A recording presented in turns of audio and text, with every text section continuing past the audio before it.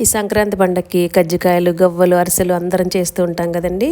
నిన్న మన ఛానల్లో నేను కజ్జికాయల వీడియో పోస్ట్ చేశాను కదా, షార్ట్ వీడియో. ఈరోజైతే గుల్లగుల్లగా చక్కగా క్రిస్పీగా బెల్లం గవ్వలు తయారు చేసుకోబోతున్నామండి. చాలా చాలా టేస్టీగా ఉంటాయి. పిల్లలైతే ఈ గవ్వల్ని చాలా బాగా ఇష్టపడతారండి.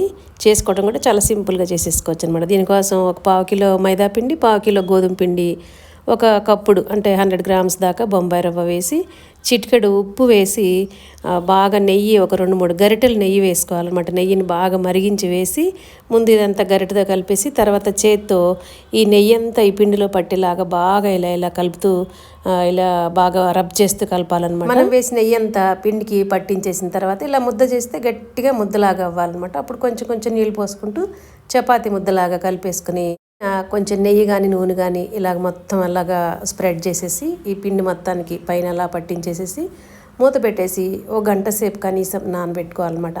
ఇది ఎంత నానితే అంత గుల్లగా వస్తాయన్నమాట. మనం పిండిలో చక్కగా రవ్వ అన్నీ వేసాము, నెయ్యి కాచి వేసాం కాబట్టి అసలు చాలా టేస్టీగా ఉంటాయండి. ఎప్పుడు చేసినా ఇలాగే చేస్తుంటాను. మూత తీసేసి గంట సేపు తర్వాత మళ్ళీ ఒకసారి ఇలాగా మద్దం చేయాలన్నమాట పిండిని బాగా. అప్పుడు చిన్న చిన్న బాల్స్ లాగా మనకి ఎంత గవ్వలు కావాలో, నేను కొంచెం ఈసారి పెద్ద గవ్వలే చేస్తున్నాను. ఎప్పుడైతే చిన్న చిన్న గవ్వలు చేస్తాను, పిండి వంటలు చేయడానికి ఎవరు తోడలేరండి ఈసారి. అందుకని కొంచెం పెద్ద పెద్ద గవ్వలే చేసేస్తున్నాను. ఇలాగా గవ్వల బల్ల తీసుకొని, గవ్వల చెక్క పీట ఉంటుంది కదా, దాని మీద ఇలాగా పెట్టేసి ఇలా మనం గవ్వల్లాగా తయారు చేసేసుకోవాలి. గవ్వలు చెక్కలేనప్పుడు నేను కొత్త దువ్వెనతో కానీ లేదా మరచెంపుకి చుట్టూతో ఉంటుంది కదా, దాంతో అయినా కూడా మనం ఇలా గవ్వల షేప్ వచ్చేలా చేసుకోవచ్చు. స్టవ్ మీద డీప్ ఫ్రైకి సరిపడా ఆయిల్ పెట్టేసుకొని మీడియం ఫ్లేమ్లో పెట్టుకొని ఈ గవ్వలన్నీ చక్కగా దగ్గరుండి వేయించుకోవాలండి. హై ఫ్లేమ్లో పెట్టేస్తే లోపల వేగవు, పచ్చి పచ్చిగా ఉంటాయి, పైకి మాత్రం కలర్ వచ్చేస్తాయి అనమాట. అందుకని ముందు వేసేటప్పుడు లో ఫ్లేమ్లో పెట్టుకొని, వేయించుకునేటప్పుడు మీడియం ఫ్లేమ్లో పెట్టుకొని చక్కగా ఈ గవ్వలన్నీ గోల్డెన్ బ్రౌన్ కలర్ వచ్చేంత వరకు వేయించుకోవాలి. చూసారా, ఇలా వేయించుకోవాలన్నమాట.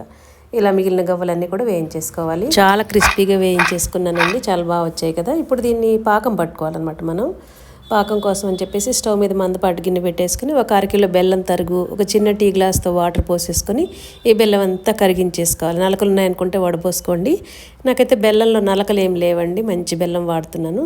ఇలాగ పాకం వస్తున్నప్పుడు కొంచెం ఇలాచీ పొడి వేసేసుకుని 2 టేబుల్ స్పూన్స్ నెయ్యి కూడా వేసేసుకొని మనం వేయించి పెట్టుకున్న గవ్వలన్నీ వేసేసి అడుగు నుంచి పైకి కొంచెం జాగ్రత్తగా విరిగిపోకుండా గవ్వలు కలుపుకోవాలన్నమాట.